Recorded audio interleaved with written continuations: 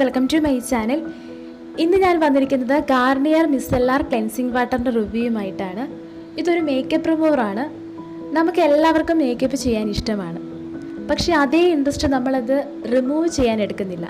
Makeup കറക്റ്റായി remove ചെയ്തില്ലെങ്കിൽ അത് നമ്മുടെ ഫേസിന് ഒരുപാട് പ്രശ്നങ്ങൾ ക്രിയേറ്റ് ചെയ്യും. പിമ്പിൾസ് വരാനൊക്കെ കാരണം മേക്കപ്പ് ഇടുന്നതുകൊണ്ടല്ല, അത് കറക്റ്റായിട്ട് റിമൂവ് ചെയ്യാത്തതുകൊണ്ടാണ്.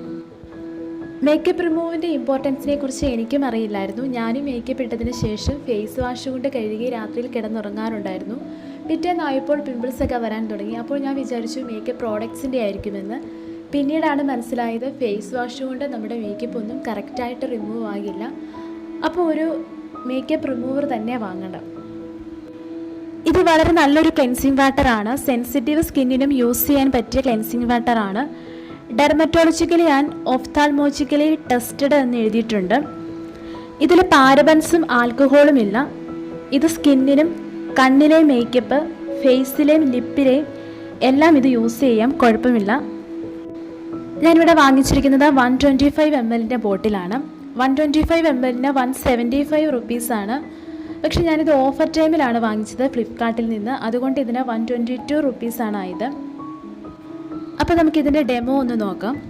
ഞാനിവിടെ കാജലാണ് വരച്ചു കൊടുക്കുന്നത്. അതിനുശേഷം ഒരു ഫൗണ്ടേഷനാണ് അപ്ലൈ ചെയ്യുന്നത്. ഇനി നമുക്കൊരു ലിപ്സ്റ്റിക്കും കൂടെ അപ്ലൈ ചെയ്യുന്നുണ്ട്.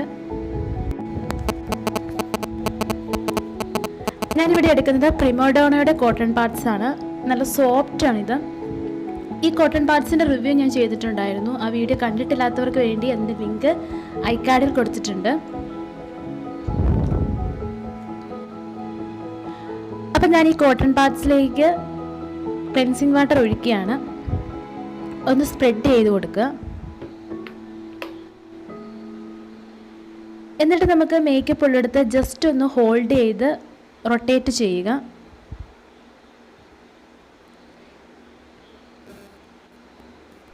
എന്നിട്ട് പതുക്കെ ഒന്ന് എടുക്കുക. കണ്ടോ, എല്ലാ പ്രോഡക്റ്റും ഒറ്റ തവണ യൂസ് ചെയ്തപ്പോൾ തന്നെ റിമൂവ് ആയി.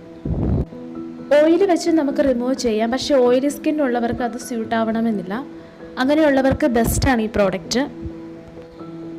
അതുപോലെ ഇത് യൂസ് ചെയ്യുമ്പോൾ നമുക്കൊരു നീറ്റലോ അലർജിയോ അങ്ങനെ ഒന്നും തന്നെ ഉണ്ടാകില്ല.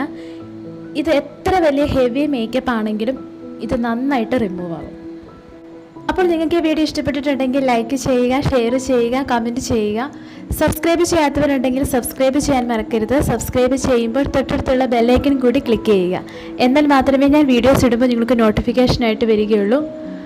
അപ്പോൾ ഒരു പുതിയൊരു വീഡിയോയുമായി ഞാൻ വീണ്ടും വരാം. അതുവരെ ബൈ.